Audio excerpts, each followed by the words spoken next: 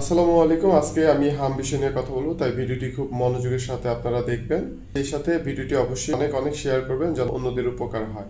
হাম মূলত 6 মাস থেকে 5 বছর বয়সী শিশুদেরই বেশি হয়ে থাকে। কোনো ক্ষেত্রে যদি হামে টিকা দেওয়া না হয়, সেক্ষেত্রে বয়স সীমা ছাড়িয়েও হামের সমস্যাটা দেখা দিতে পারে, কিন্তু ঝুঁকির পরিমাণ থেকে যায় 6 মাস থেকে 5 বছর বয়সী শিশুদেরই।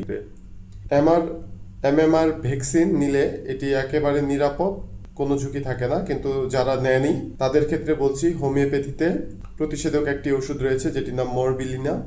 সে 200 পাওয়ার, সপ্তাহে একদিন খাওয়াতে হবে 1 ডোজ। এভাবে 2-3 সপ্তাহ খাওয়াতে হবে, প্রতি সপ্তাহে সপ্তাহে আর কি। পরবর্তী যেটি বলবো সেটি হচ্ছে, যদি কারো হাম হয়ে যায়, ভয় পাওয়ার কিছু নেই। হাম হয়ে গেলে সেটিরও চিকিৎসা রয়েছে, আর বাচ্চা অন্তত মরণ ঝুঁকির হাত থেকে রক্ষা পেয়ে যাবে। যদি দেখেন যে হঠাৎ জ্বর, অস্থিরতা, ভয় কাজ করতেছে, সেক্ষেত্রে অবশ্যই অ্যাকোনাইট 30, আবারও বলছি অ্যাকোনাইট 30 এটি খাওয়াবেন। আর যদি দেখতেছেন যে প্রচন্ড মাথা গরম, মাথা ব্যথা, এই সকল লক্ষণে ব্রায়োনিয়া 30 অবশ্যই খুবই গুরুত্বপূর্ণ। আর যদি দেখেন যে সর্দি, কাশি, ছটফট করতেছে, অস্থিরতা, সেক্ষেত্রে পালসিটিলা 30 সেটি সেবন করাবেন। যদি দেখতেছেন শুষ্ক কাশি, নড়াচড়ায় কষ্ট হচ্ছে, সেক্ষেত্রে অবশ্যই ব্রায়োনিয়াল ব্যবহার করবেন, সেটিও 30 শক্তি। যদি দেখেন যে চোখ দিয়ে প্রচুর পরিমাণে পানি বের হচ্ছে, গরম জল বের হচ্ছে, চোখ জ্বালাপোড়া করছে, সেক্ষেত্রে ইউপ্রেশিয়া 30 সেটি ব্যবহার করতে পারেন। যাদের এখন পর্যন্ত হয়নি, যে সকল বাচ্চারা টিকা নেয় কিন্তু তার হওয়ার ঝুঁকি আছে, সেক্ষেত্রে অবশ্যই আপনারা মরবিলিনাম 200 ওষুধটি আজকে যে কোনো হোমিওপ্যাথি ফার্মেসি থেকে কিনে আনবেন। অবশ্যই জানি 1 ডোজ করে খাইয়ে দিবেন, সবাই প্রয়োজনে খেয়ে নেবেন পরিবারের।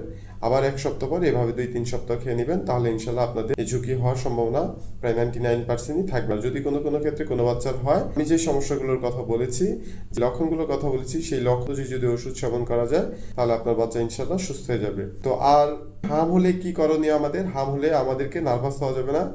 হাম যা না হয় সেজন্য আমাদেরকে শুরু থেকে বেশ কিছু পদক্ষেপ নিয়ে রাখতে হবে। আমাদের বাচ্চাকে সুস্থ রাখার জন্য প্রতিদিন নিয়মিত গোসল করাতে হবে, সূর্যে যে ভিটামিন সেটি নেওয়াতে হবে সকাল 9টার আগে অবশ্যই। এরপরে যেটি করবেন, প্রচুর পরিমাণে পানি খাওয়াবেন, ডাবের পানি খাওয়াবেন। যদি হাম হয়ে যায় সেক্ষেত্রে, যদি না হাম হয় সেক্ষেত্রেও খাবেন। পুষ্টিকর খাবারগুলো খাবেন। পর্যাপ্ত পরিমাণ বিশ্রামের ব্যবস্থা রাখবেন, যাদের হাম প্রাথমিক পর্যায়ে শুরু হয়। ঠিক মতো ঘুমের ব্যবস্থা রাখবেন, সবকিছু ঠিকঠাক রাখবেন। পরিষ্কার রাখবেন, পাশাপাশি রুমটাকেও পরিষ্কার রাখবেন। যেহেতু হাম একটা ছোঁয়াচে রোগ, তাই হাম যদি ধরে যায় আপনার বাচ্চা, তাহলে অবশ্যই বাইরে নেবেন না। কোনো ঠান্ডা বাতাস লাগানো যাবে না, কোনো ধুলোবালি লাগানো যাবে না। যদি দেখেন আপনার বাচ্চা শ্বাস প্রশ্বাসের কষ্ট হচ্ছে, বুকে চাপা ব্যথা, অতিরিক্ত জ্বর যা নিয়ন্ত্রণহীন, তো সেক্ষেত্রে অবশ্যই আপনারা দেরি না করে চিকিৎসকের পরামর্শ নেবেন এবং তৎক্ষণাৎ পদক্ষেপ নেবেন আপনারা।